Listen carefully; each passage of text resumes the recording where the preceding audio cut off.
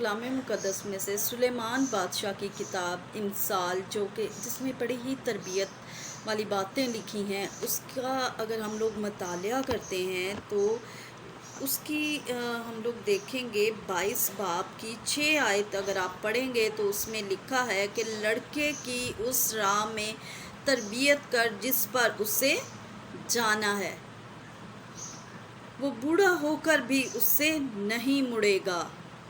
یہ کلام مقدس ہمیں بتاتا ہے، یہ کلام مقدس ہمیں تعلیم دیتا ہے کہ لڑکے کی اس راہ میں تربیت کر۔ اب یہ ورڈ جو بولے گئے ہیں یہ لڑکے کو خود بولے گئے ہیں، یہ باپ کو، والدین کو، ماں باپ کو بولا گیا ہے، کیونکہ بچہ نہیں جانتا کہ اسے کس راہ پر چلنا ہے۔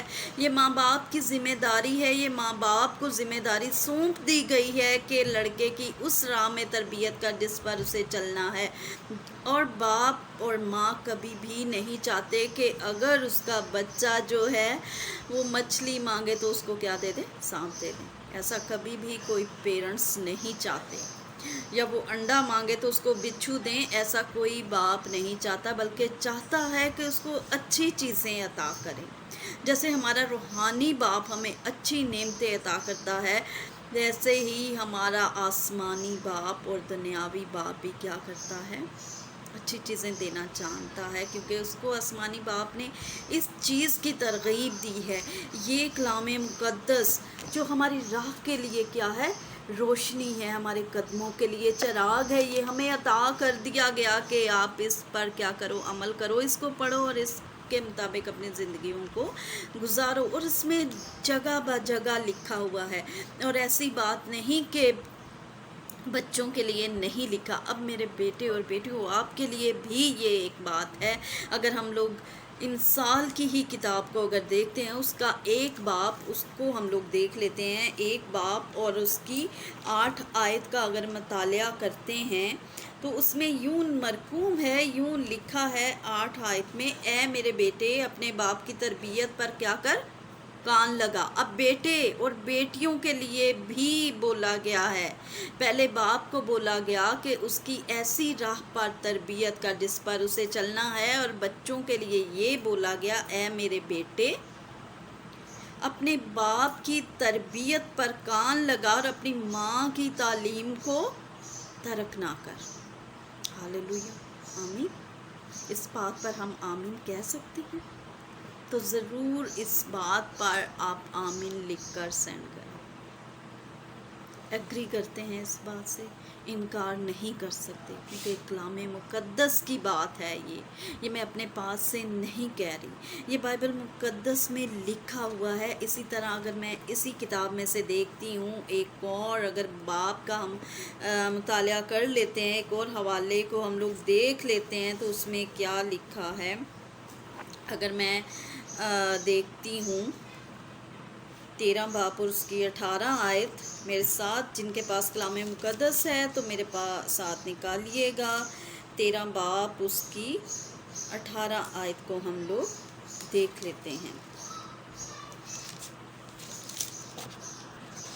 جی، اس میں لکھا ہے، بچوں کے لیے ہے یہ بھی، تربیت کو رد کرنے والا کنگال، جو ماں باپ کی عزت نہیں کرے گا، جو رسپیکٹ نہیں کرے گا، جو ان کی بات کو نہیں سنے گا، ان کے لیے لکھا ہے تربیت کو رد کرنے والا کیا ہو جائے گا؟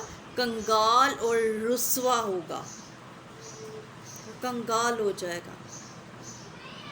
پر وہ جو تنبیہ کا لحاظ رکھتا ہے، جو آگے سے آرگیو نہیں کرتا، جو اپنے پیرنٹس کی بات کو سنتا اور اس پر عمل کرتا ہے، تو وہ اس کے بارے میں لکھا ہے، پر وہ جو تنبیہ کا لحاظ رکھتا ہے کیا کرے گا؟ عزت پائے گا۔ کہاں پہ عزت پائے گا؟ میرے بچوں، میرے بیٹوں اور بیٹیوں، اس دنیا میں بھی اور خدا ان کی نظر میں بھی وہ کیا کرے گا؟ عزت پائے گا، اور اس کو عزت دی جائے گی۔ ہر کوئی اس کو عزت سے پکارے گا کہ یہ اپنے پیرنٹس کا لحاظ رکھتا ہے، یہ اپنے والدین کی بات کو سنتا ہے، یہ بڑا اچھا بچہ ہے، یہ بڑا نیک اولاد ہے، اس بندے کی اولاد بہت نیک ہے، وہ اپنے پیرنٹس کی بات کو سنتے ہیں، لوگوں کے لیے آپ مثال بن جائیں گے، لوگ آپ کی طرح بننا شروع ہو جائیں گے، وہ چاہیں گے کہ وہ آپ کی طرح بنیں، کیونکہ اس باپ نے کس پر عمل کیا ہے؟ کلام مقدس پر، اور اسی کی راہ پر چلنے کے لیے اس نے کیا کیا؟ آپ کی تربیت کی۔ ایک اور پوائنٹ ہم لوگ دیکھتے ہیں جس میں لکھا ہے کہ جو کہ ہے لکھا کلام مقدس میں سے بھی ہم لوگ دیکھیں گے، خدا میں نہایت ہی خوبصورت ایک بات اور جو میں آپ کے ساتھ کرنے والی ہوں، خداوند کا رحیم، خدا ہر ایک پر رحم کرتا ہے، رحیم ہے وہ، اسی طرح دنیاوی باپ بھی رحم کرتا ہے۔ وہ اس طرح نہیں کرتا کہ اپنے بچے کو جان سے ہی مار دے، کیا کرتا ہے؟ اس پر رحم کرتا ہے اور اس کو واپس سے سکھاتا ہے کہ اگر اس دفعہ غلطی ہوئی ہے تو نیکسٹ کیا کرنا ہے، وہ سدھرنے کا موقع دیتا ہے۔ یہ صفات جو ہیں خدا ان کے علاوہ دنیاوی باپ میں بھی پائی جاتی ہیں۔